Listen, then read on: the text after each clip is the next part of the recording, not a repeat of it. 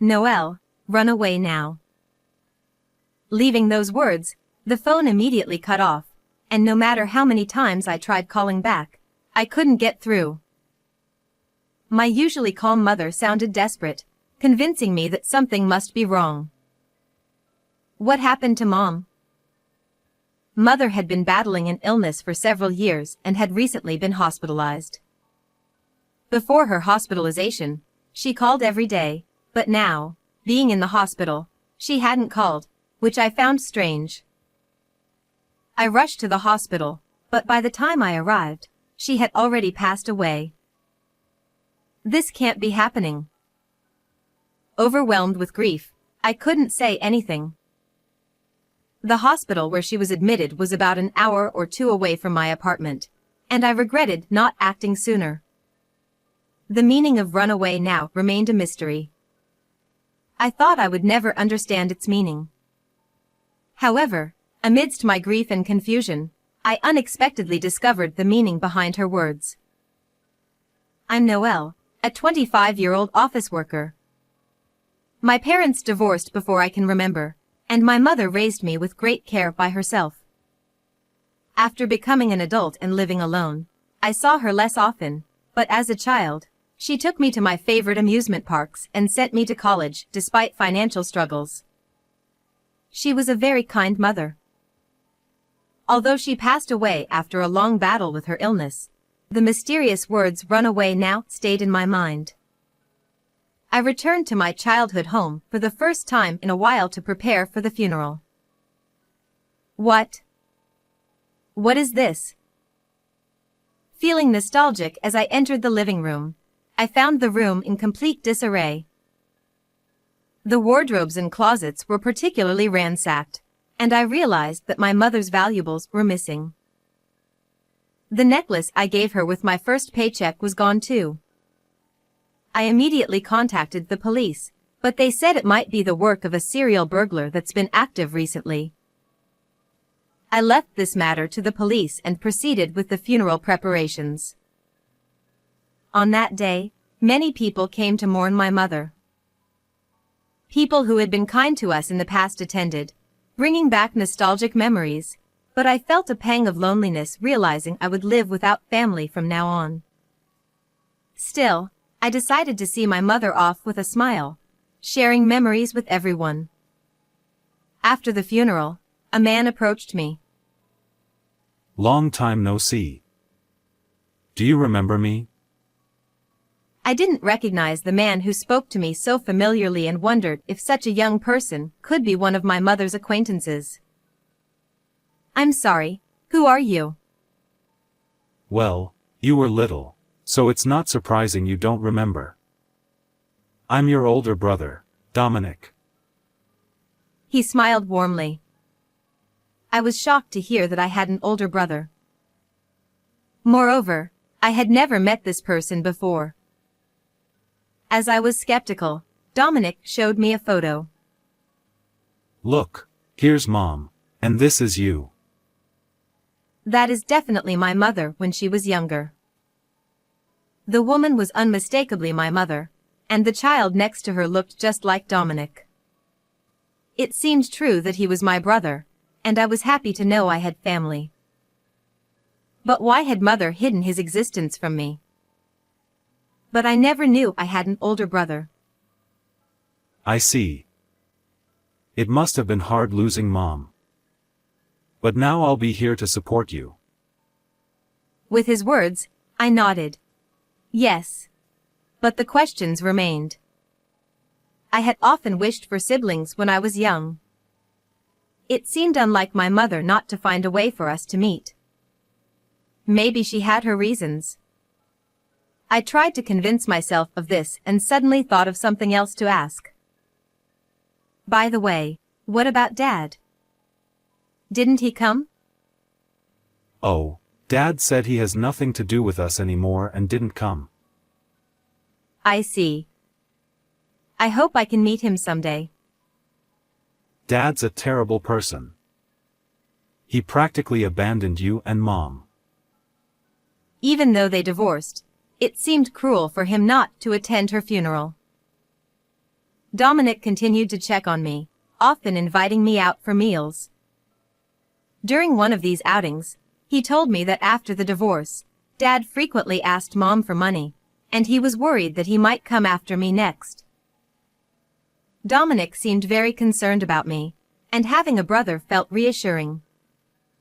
However, I was soon to discover a shocking truth during the process of sorting through my mother's belongings. About a month after the funeral, while finishing up the organization of her belongings, I found a notebook in a dresser. As I flipped through it, I realized it was my mother's diary. It seemed she had written in it daily since before the divorce, and there were 10 volumes in total. Feeling a bit guilty, I opened it. Seeing her neat handwriting brought tears to my eyes. Dominic came to visit. Even though we had agreed never to meet again as per my ex-husband's conditions, I was so happy that I secretly gave him some pocket money. I couldn't help but chuckle. It was endearing to see such interactions that I was unaware of, but the tone gradually changed. Dominic visited again today. But he just said, "Give me money," and left. I began to feel uneasy about my brother's behavior as described by my mother. His actions were increasingly troubling. Today, Dominic threatened me and I gave him money again. Indeed, it was written in my mother's handwriting. What does she mean by threatened? It gave me a bad feeling. When I refused to give him money, he said hurtful things. Today, he told me, "Your only worth is your money." The trembling handwriting made it seem all too real. Why would my brother say such things? I'm enduring it because it's his rebellious phase. As I read on, trying to understand her perspective, I stumbled upon a horrifying entry. Today, when I refused, he brought a knife from the dining room and threatened me. I was so scared that I gave him the money. I know I shouldn't keep doing this, but what can I do? I couldn't believe what I was reading. I was horrified by my brother's true nature and felt ashamed for not realizing it sooner. The person described in the diary seemed like a different person from the brother who had kindly smiled at me. Even though we live apart, he's still my precious son. I can't go to the police because it might be due to the divorce. Her words squeezed my heart. I understood her feelings, but I couldn't see someone who threatened my beloved mother with a knife as my brother anymore. He said he'd extort money from my sister too. I can't let that happen. It seemed she kept his existence a secret to protect me, but her diary revealed everything. I have to protect her from Dominic before I go. Surely, the phone call that day was meant to warn me about my brother. She must have been afraid he would harm me. Thinking about how he tormented my mother and attended her funeral with a straight face made me furious. Holding my mother's diary, I decided to take revenge on my brother. Why did you call me here so suddenly? I have something to tell you. 3 days later, I invited my brother to the house. Being alone with someone who once used a knife to threaten my mother seemed dangerous, but I had a plan. "I know what you did to Mom." When I said that, he widened his eyes slightly in shock, but quickly returned to a composed demeanor. He intended to keep denying it no matter what. What are you talking about? Don't play dumb. You were extorting money from her, threatening her. No, I don't know anything about that. He had no intention of admitting it and continued to play the role of the kind brother. Realizing this wouldn't get anywhere, I decided to perform a little act to get him to confess. Before she died, she told me everything. I pretended not to know to get back at you. Hearing this, his attitude visibly changed. Huh. He sighed, slouched in his chair, and looked at me with annoyance. So, you found out, huh? Why did you threaten her and even use a knife? To my question, he responded, and after a mock thoughtful pause, Stress relief? he said with a smile. There wasn't a hint of guilt in his expression, as if he believed he had done nothing wrong. She never went to the police because she was thinking of you. Of course not. I'm her son. I was just getting pocket money. He said without a shred of remorse. I felt dizzy. I couldn't believe this man was my blood brother. I'm going to the police. Huh? They won't listen to you without evidence. I have evidence. Saying this, I pulled out her diary. She wrote everything down in here. I could just tear that up right now. There are many more diaries and pieces of evidence she left. Destroying this one won't help. His face twisted. Realizing he couldn't easily erase the evidence, he began trembling with anger. So, I just have to stop you from going to the police? Shouting, he kicked his chair and started knocking things off the shelves. The room became a mess as vases and cups shattered. Once he had knocked everything over, he ran to the dining area and grabbed a knife, slowly approaching me. If you agree to be my cash cow, I'll let you go. At that moment, the sound of a police siren echoed nearby. He seemed to be very afraid of the police, looking around in panic. When the police entered the house, he was still holding the knife, looking bewildered. Why are the police here now? He shouted in frustration. He seemed shaken by the presence of the officers in the living room. I asked them to come. Huh? He looked at me dumbfounded. I decided to reveal the big part of my act. I asked a colleague from my company to call the police at this time. What?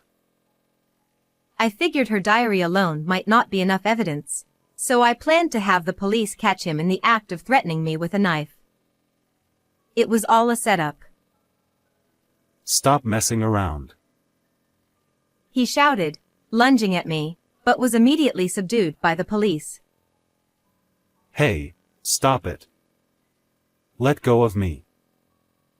He struggled violently, trying to break free, but with two officers restraining him, there was no escape. After they handcuffed him, he seemed to realize he had no way out and became quiet. I'm sorry. Forgive me. I was wrong. Desperate to avoid being arrested, he started apologizing to me frantically, his face contorting as if about to cry. No matter how much you apologize, it won't reach her anymore. Who cares about that? Just don't involve the police. It's not that simple for us. She was always afraid of you. Parents are just cash cows for their kids. He kept cursing, but I ignored him. As he was being led away by the police, he started sobbing. I'm sorry. Please, not the police. I won't forgive you for what you did to her. Officers, take him away. As I declared this, his face twisted in agony. Thinking only of his own protection to the end, he was finally taken away by the police with a miserable look, tears and snot streaming down his face. Later, the police investigation revealed that he was a habitual burglar and was sent to prison. It seemed he had been desperately avoiding the police because he feared exposure of his past crimes. He was also the one who had ransacked the house and pawned the necklace I had given her. Even in prison, he kept causing trouble, extending his sentence repeatedly. Although I lost my dear mother, I am now engaged to the colleague who called the police that day. He is kind and understanding, and I am happy to have met him. I'm sure she is watching over us from heaven. When we visit her grave together, I know she will be happy for us. How did you like this story? Please subscribe to the channel. See you in the next video.